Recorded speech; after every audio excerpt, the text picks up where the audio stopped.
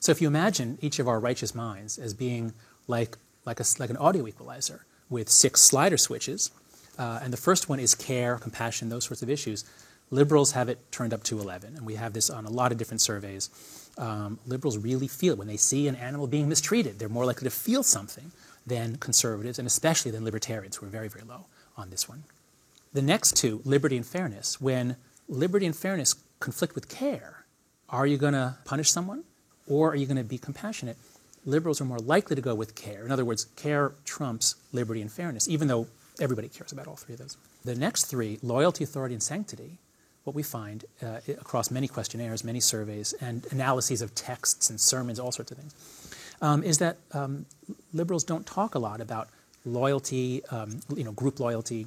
They don't talk a lot about authority and the importance of order and authority in maintaining order. They don't talk a lot about sanctity. Conservatives, on the other hand, what we find is that they value all of these more or less equally. Political belief is determined in large part by temperament and personality, and that's very strongly biologically influenced. And so conservatives tend to be lower in openness, which is a trait associated with creativity, and higher in conscientiousness, which is a trait associated with industriousness and orderliness. And orderliness is strongly associated with disgust. So right. It sounds like Freud. Yeah. Right, exactly. It does sound a lot like Freud, yeah. But it also is in accordance with your observations that conservatives have neater spaces, for example. So now, and their meetings start on time. Yes, and yeah, exactly, right. It really is a fact that liberals are much higher than conservatives on a major personality trait called openness to experience. People who are high on openness to experience just crave novelty, variety, diversity, new ideas, travel. People low on it like things that are familiar, that are safe and dependable. Right. So then the nexus for political belief seems to be openness. So that's that exploratory tendency that you talked about, exploration of ideas and creativity, and low orderliness.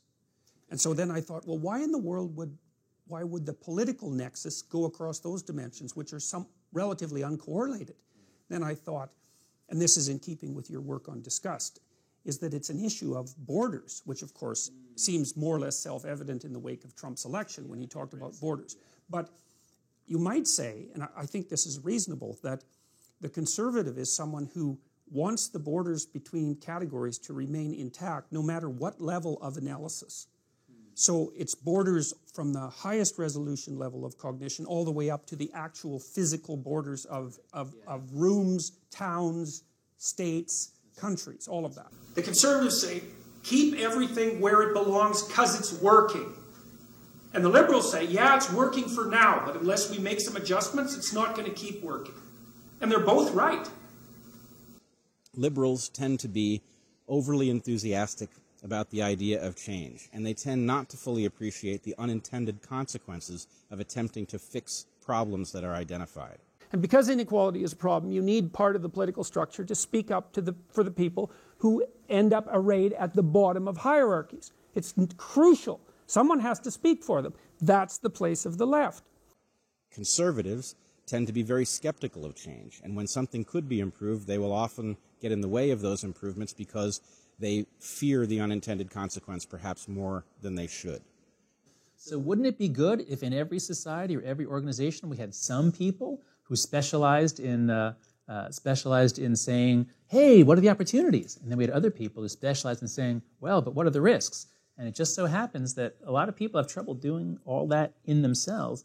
When we have systems that are well constituted with people who have different personalities and different motives and goals, we actually can get better outcomes. There's this interesting dynamic between conservatives and liberals, where conservatives see very clearly the personal responsibility part of the equation, and they oftentimes don't see the collective responsibility part, and liberals are exactly the inverse. And so I've spent a lot of time thinking about actually the way these two pieces of the puzzle fit together, and it's a yin-yang phenomenon. We should be seeking to liberate people as much as is humanly possible. So as many generations as can be, as liberated as possible, that seems to me our collective obligation. And how do you do that? Well, you have to enable people individually to take advantage of opportunities, to spot them. And it just so happens that these two things fit together rather perfectly. They describe what the objective of the whole exercise ought to be.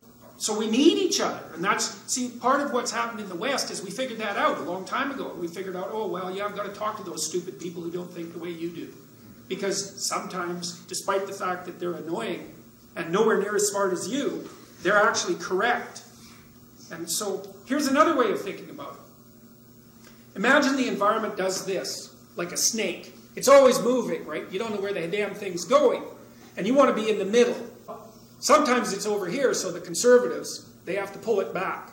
And sometimes it's over here, so the liberals, they have to pull it back. But because it keeps changing, you don't know who's right. And so you have to keep talking. It is only the tension between these two emphases that leaves us with reasonable governance, where liberals can fill in the blind spots of conservatives and conservatives can fill in the blind spots of liberals. That is the magic that makes our system function well.